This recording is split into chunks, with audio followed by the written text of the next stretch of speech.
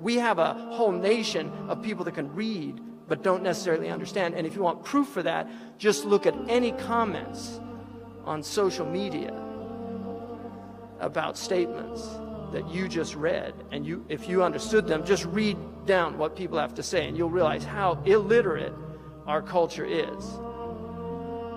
He said that he read history. He read Will Durant's Story of Civilization, a multi-volume history of the world. He read H.G. Wells' Outline of History. He read Herodotus. He read Arnold Toynbee. And there was a brilliant library that he said would have been the envy of colleges and universities that had been donated to the prison. You can see the divine hand in the education of this man.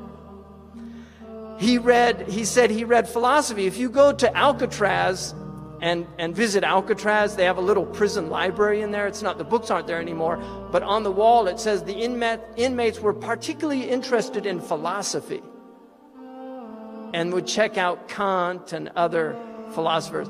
He said he read Kant, Schopenhauer, Nietzsche. He was particularly struck by Spinoza.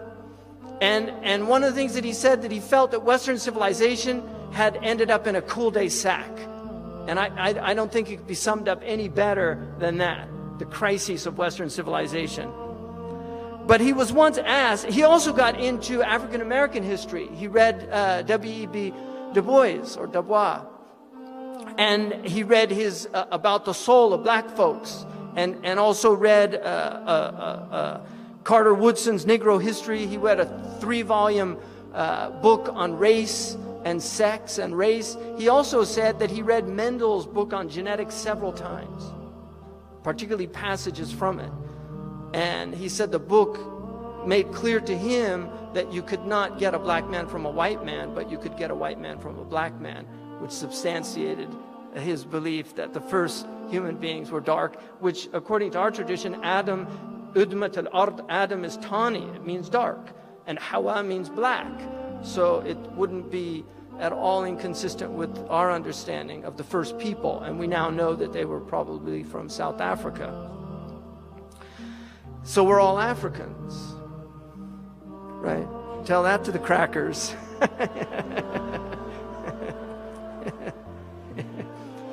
You're a mutation. Melatonin deficiency. Some people say that that's part of the problem with the behavior, is it's just a deficiency. And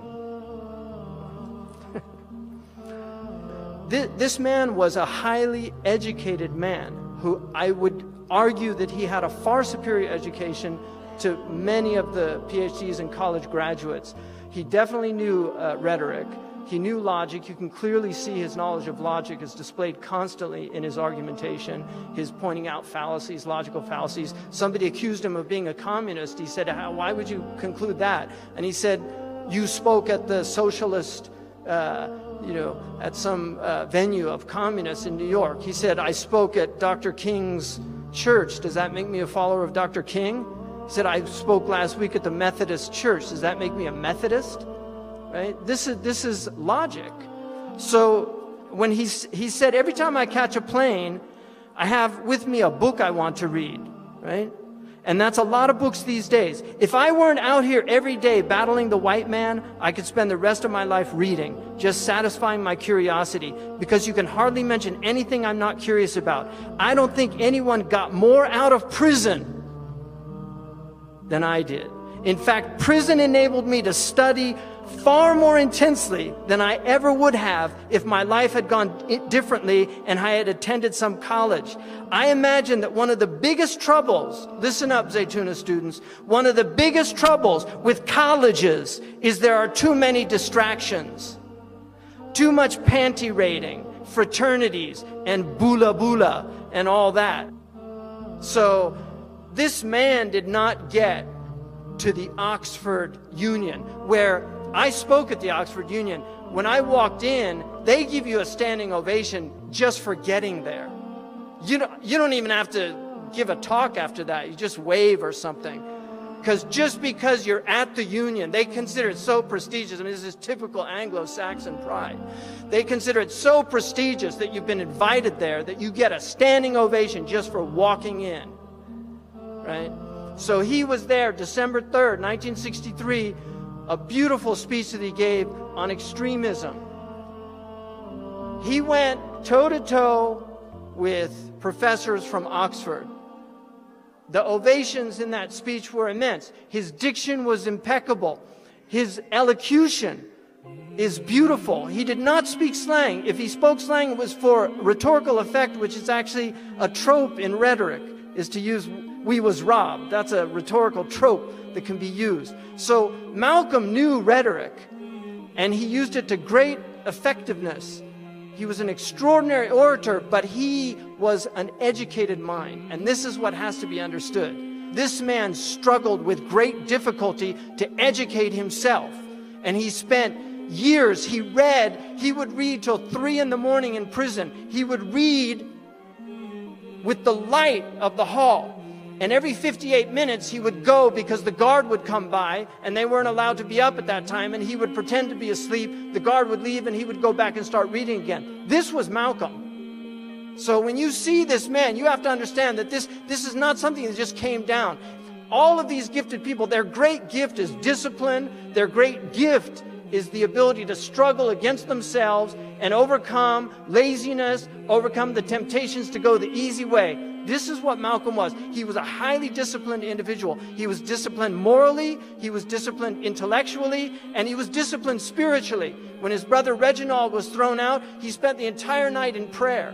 So he was a man of prayer. And these are important things to remember. And finally, in conclusion, it would be difficult to... Malcolm died at 39. It's hard to believe that he was so young when his life was taken away. I mean, that's when the prophets begin, at the age of 40. That's when the intellect really begins to mature, and it reaches its real height, during those years. So we don't know what would have happened, and I'm not going to speculate. But one of the last speeches that he gave, and he stopped using black nationalism in that last period because he was struggling with trying to grapple with what the real problem was. And he recognized that there were whites in Algeria that he met, Berbers that are white, that he met, that said they didn't resonate with that word, black nationalism. So he was struggling in himself to find something. But he was asked 1 month before he was killed, what do you think is responsible for race prejudice in the U.S.?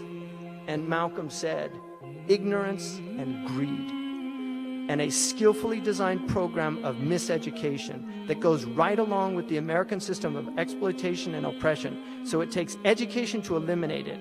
And just because you have colleges and universities does not mean you have education. The colleges and universities in the American educational system are skillfully used to miseducate. I couldn't put it better. Would you mind telling me what your father's last name was? My father didn't know his last name. My father got his last name from his grandfather, and his grandfather got it from his grandfather, who got it from the slave master. The real names of our people were destroyed during slavery. Was there any line, any point in the genealogy of your family when you did have to use the last name, and if so, what was it? The last name of my forefathers was taken from them when they were brought to America and made slaves. And then the name of the slave master was given, which we refuse. We reject that name today. You mean you won't even tell me what your father's supposed last name was or gifted last name was? I never acknowledge it whatsoever.